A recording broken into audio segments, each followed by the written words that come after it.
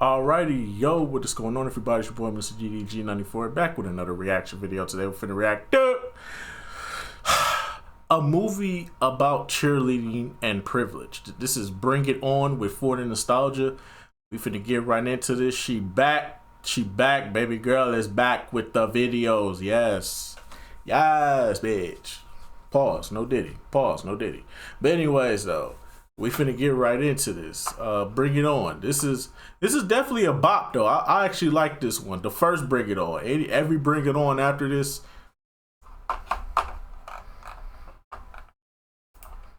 Hear me good, nigga. I'm here to double down.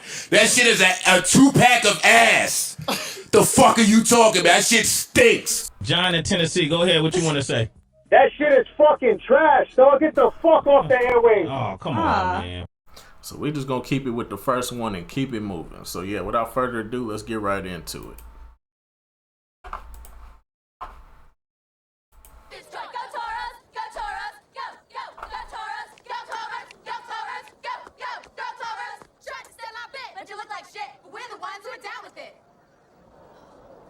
That's what you get, white bitch. What's off my black sis? Let giddy. Now, this was my movie coming up. I remember going to the movies to see this one, and I was so excited to see it. This movie starred the it girls of the late 90s and early 2000s, Kirsten Dunst, Gabrielle Union, and the members of the R&B group Black. And the song Black did for this soundtrack, As If, was my jam. This movie was just it for me during that time. But with age, I realized that those Toros, specifically Big Red, was gentrifying the Cheers child. And you already know I have my thoughts about that. But before we get to that, it's time to recap. So let's get into it. This movie starts with the most obnoxious cheer scene ever. It's basically an over-exaggerated announcement, or so we think, for the new cheer captain. And even at this point, the cheers were This was basically some like some High School Musical Disney type shit. questionable.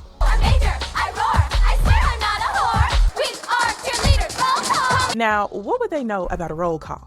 Already with a miss. But thank goodness all of this was just a dream, and we officially meet one of our main characters, Torrance. We also meet her boyfriend, Aaron, who is rather suspicious. He's not a fan of affection of any kind from Torrance. Wonder why.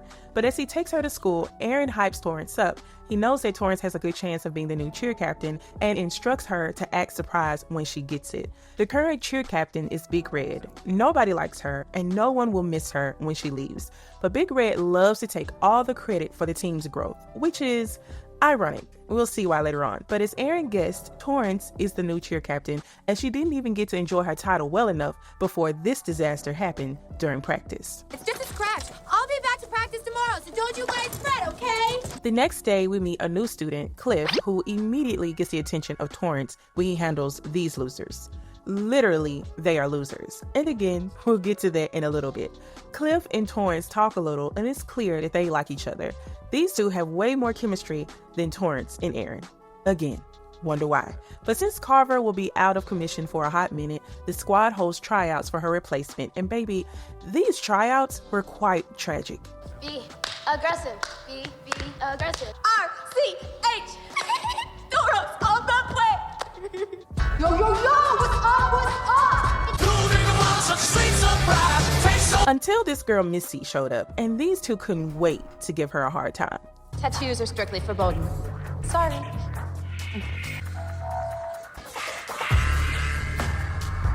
And even after Missy showed her skills, they still weren't satisfied and had to test her yet again. I'm afraid we're gonna need to make sure you can do a standing back tuck. Standard procedure. Now, Torrance was excited about Missy, while these two haters, Courtney and Whitney, despite seeing how amazing Missy was, insisted on her not joining the team. And this forces Torrance to pull rank and tell them to accept that Missy will be joining the team. Once she agrees, that is. So Torrance heads to Missy's, and to her surprise, Cliff was her brother. Torrance tries to convince Missy to give the team a shot. Now, Missy didn't want any parts at first, but it wasn't until Cliff made a challenge out of it that she decides to join the team. She's not the cheering type. You know what? Count me in. And child, Missy was in for a shock when on the first day of practice, she realized that these cheers sounded familiar. Too familiar. Now, Torrance was pissed because she went through a lot of criticism to get her on the team, so she runs after her and confronts her. Missy tells her that she knows their cheers are stolen and convinces Torrance to ride with her so she can prove it. So they take their happy asses to LA, and this is where we are introduced to the Compton Clovers. And baby, Torrance couldn't believe it. Everything she ever knew, those awards they got in the past, those supposed original routines, it was all a lie. As they leave out of the gym, the Clovers come behind them to confront them, letting them know that they know they've been stealing their cheers this whole time. And here is where we officially meet our other side characters, Isis, Janelle, Love Fred, yeah, that was her name, and Lava.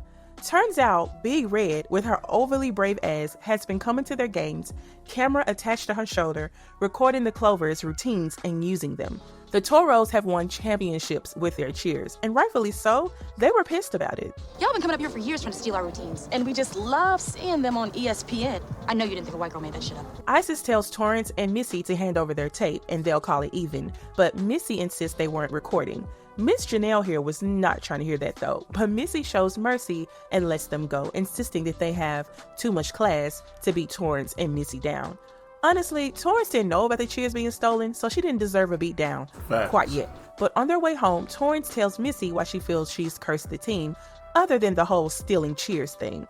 Torrance tells Missy about that time at Spirit Camp where she was told by Big Red to get another cheer team to drop the Spirit Stick.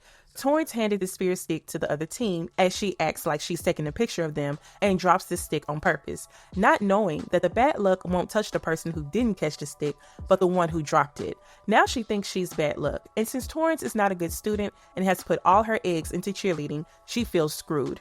Missy thinks this is hilarious though and doesn't take it seriously. Torrance couldn't wait to tell the team about her new findings, but of course, these privileged bastards didn't care enough to come up with new routines. They started talking about how the Clovers wouldn't be able to prove anything, how they didn't have the time to create new cheers, or how they simply didn't want to put their brains together to create new routines. We learned that routine fair and square. This isn't about cheating. This is about winning. Now, Missy still felt a way about it, but ends up going along with the team's decision to keep using the stolen cheers. Meanwhile, Torrance has been trying to track down her suspicious boyfriend, who's been unavailable this whole time, and tell him about the stolen cheers. But child, he's having the time of his life right now and avoiding her calls. So we fast forward to game night. This will be Missy's first game, and the crew hypes her up. And I'm not sure what she was doing here, but the football team was sorry as hell. The audience had more excitement for the cheerleaders than the football players. And that's crazy because it's usually the opposite. Cliff was amused at his sister trying her best to conform, and she was embarrassed and uncomfortable at first, but she eventually settled into it. And all it took was one sly comment from these two to derail this whole football game. Well, we're out here kicking your ass. Your cheer boys are over there, scamming on all your squirrel. Which is cool, since you don't have dicks anyway, bitch. But everything was going well for the squad until the Clovers showed up. Go Toros! Go Toros! Go, go, go Toros! Go Toros! Go Toros! Go, go, go Toros! Tried to steal our bit, but you look like shit. We're the ones who are down with it. Stupid white bitch. And not them being upset that they were called out. I mean, how dare they show up and let everyone know that the Toros stole their cheers and continued using them even after finding out Big Red stole them. I mean, really. And then this broad. I still say we use the routine we have. If we have to start over, I quit. Child, Torrance finally gets a hold of Aaron and tells him about Big Red stealing routines. Aaron calms her down and insists that they hire a choreographer to help them create new routines for the upcoming championship. He gives her the contact info of a person he knows. It's here that we see that Aaron has been busy entertaining this chick on the side. But this new choreographer was going to be expensive, so they threw a car wash to get the money to hire him. And at this car wash, Missy decided to help her brother out by telling Torrance that he had a crush on her, since it was obvious at this point that they both liked each other. So the day comes that the team meets their new expensive choreographer, and honestly, I would have requested a refund from the jump. Y'all ready for this?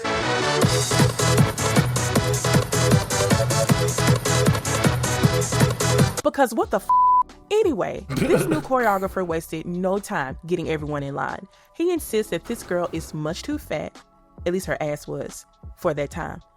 Listen, the 2000s body standards were wild, but he insisted that everyone get on a diet. They also work on a few techniques that caused Missy to almost lose her life on the gym floor, and Mr. Spearfingers had no sympathy. I understand you have underwear up your ass right now, but it beats the hell out of a shattered skull. Think about it.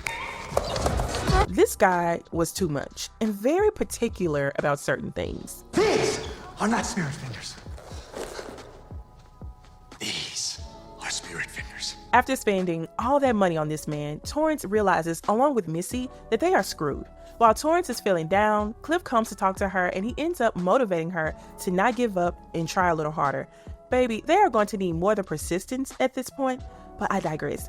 We fast forward to state regionals where the Toros and the Clovers meet again. And baby, the Clovers came prepared because, you know, they had their natural talent that the Toros could no longer use for their benefit. Let's hope Mr. Spearfingers did them good.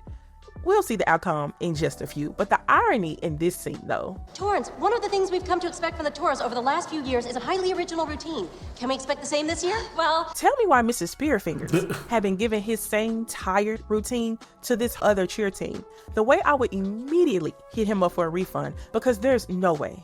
And to make matters worse, Torrance spots Cliff and her college boyfriend, Aaron, in the audience. Things are about to get really interesting, and Torrance starts going on about that damn spirit stick curse, and things get even worse when they are called to go on after the same team that just did their whole routine, making it even more obvious that it's the same routine and making it seem to the Clovers, as well as everyone else, that they are professional routine jackers. Baby, they were bold enough to go up there and do the same routine. I would have gone home. There's no way. And after this disastrous routine, Big Red, the whole reason why they're going through this in the first place, had the nerve to be mad. After they finish their routine, Torrance finds out by one of the judges that Mr. Spearfingers has given this same routine to 6 different cheer teams. And because of this, they are allowing those teams to go to the cheer competition, but will be watching them all very closely. So the Toros will have to use whatever brain power and ounce of talent that they have to create a new routine. And then here Big Red go. What are you doing? You're wrecking everything I built. If I made any mistake as a squad leader, it wasn't borrowing cheers. It was announcing you as my successor. The nerve of her to say she was borrowing cheers. Girl, how do you borrow a cheer? Did you borrow those awards too? Anyway, Big Red complains to Torrance about how she made a mistake by choosing her as the new cheer captain. And if you thought Aaron was gonna have her back, child, he made it worse. Maybe you're just not captain material, and there's nothing wrong with that. You just do what you do best, Tor. You cheer. Girl, dump his ass. I'm begging you. But when Aaron drops her off, Cliff was there waiting for her, and this forces Torrance to admit that Aaron is her boyfriend.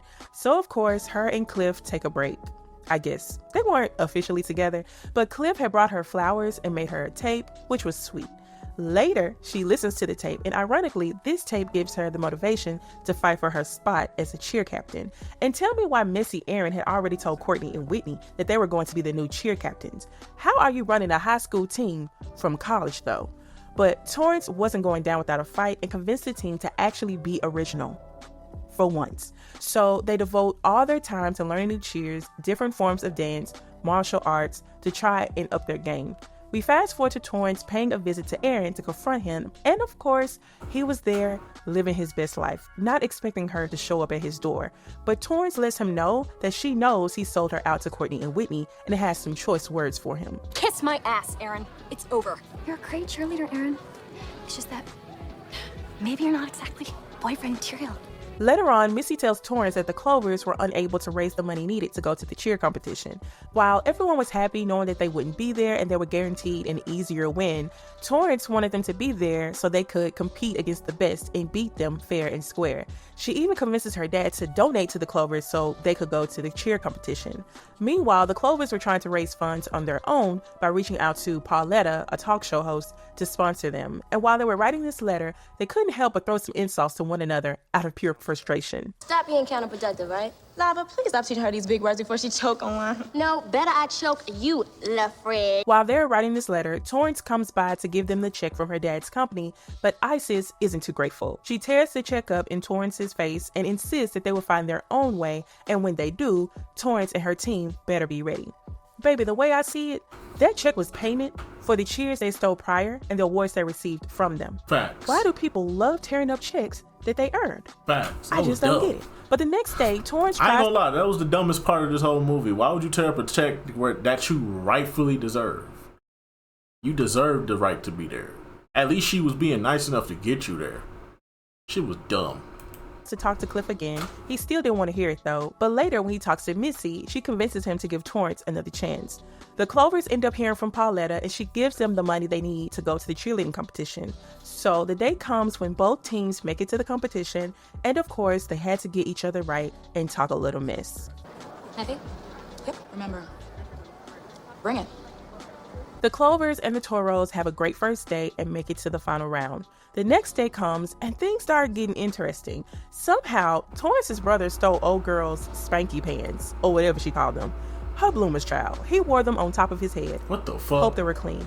Then this poor soul. Your basket toss was amazing, and no one saw that landing. Really? And another one. The main thing that you must remember is always smile.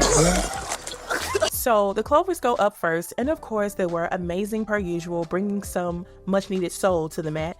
Next up was the Toros, and they finally got a chance to show off their new, original, for once, routine, and surprisingly they pulled it together and did awesome.